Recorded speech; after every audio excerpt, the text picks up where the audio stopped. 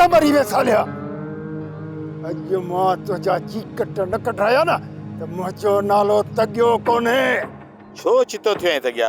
छो मुझे कंध में पयो आई? अरे रे तुझो पुत्र यो परू एडो मुर्स मानू थी जो मुझे पुत्र गोहर सा तो बड़े। हां मां जो न जो बलात कढायो। हां बलात। खबरदार तगिया, मुखे कुछ न कजाए, बुधाए छड़े। तू मुझो को सोट ही मसात ही चाचे जो पुत्र ही जो तो कोई माई छड़े दिया। अरे रे मां जो सिड़जी आयो तो बस तो के छड़े दी दस अजड़ा चिकट कठाई तो सा जो ची ची कंदो वतदे ची ची।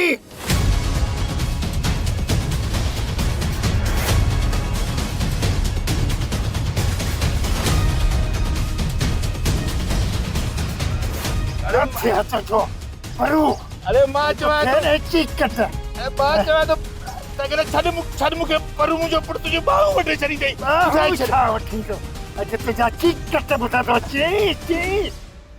सालार जेकॾहिं नाराज़ न थिए त हिकिड़ी सलाह ॾियईं। औरतुनि जे सलाहनि ते जेकॾहिं मर्द लॻा न त बेड़ा वीरान थी वेंदा आहिनि। पर मुंहिंजी सलाह ते हलंदे त बेड़ा पार थींदे। ठीकु आहे, ॾे सलाह। ॾिसां त सुकल दरिया में कीअं था तुंहिंजा बेड़ा पार थियनि। मेहरूअ खे गोहर सां परणाए छॾ। छा नौकर सां? नौकर सां शादी कंदी त बनी बचंदई न। जेकॾहिं धारियनि सां कराईंदेसि त बनी हली वेंदई। भानू भानू पर गोहर जी हैसियत कहिड़ी आहे? टके जो नौकर आहे, मां हुनखे भेण ॾिसूं कीअं ॾियां? तॾहिं त मां चवां थी त गोहर खे संग ॾे, भले हुनजी टके जी हैसियत हुजे। ऐं तोखे बि फ़ाइदो आहे, हू तुंहिंजे अॻियां कुछंदो कोन। गोहर खे चवंदुसि त हू ज़मीन मेरुअ खां वठी मुंहिंजे हवाले करे। ओ ईअं गोहर खे इन शर्त ते संग ॾींदासीं त मेहरूअ खां सॼी मिल्कियत पंहिंजे नाले ते कराईंदो ऐं पोइ वरी गोहर सॼी मिल्कियत असांजे नाले ते कंदो। पोइ त ज़मीन तुंहिंजी थींदी न। बानू तुंहिंजे ॻाल्हि में दम आहे, पर माण्हू मेणा ॾींदा। सालार खान पंहिंजी भेण जो संग हिकु नौकर खे ॾेई छॾियो।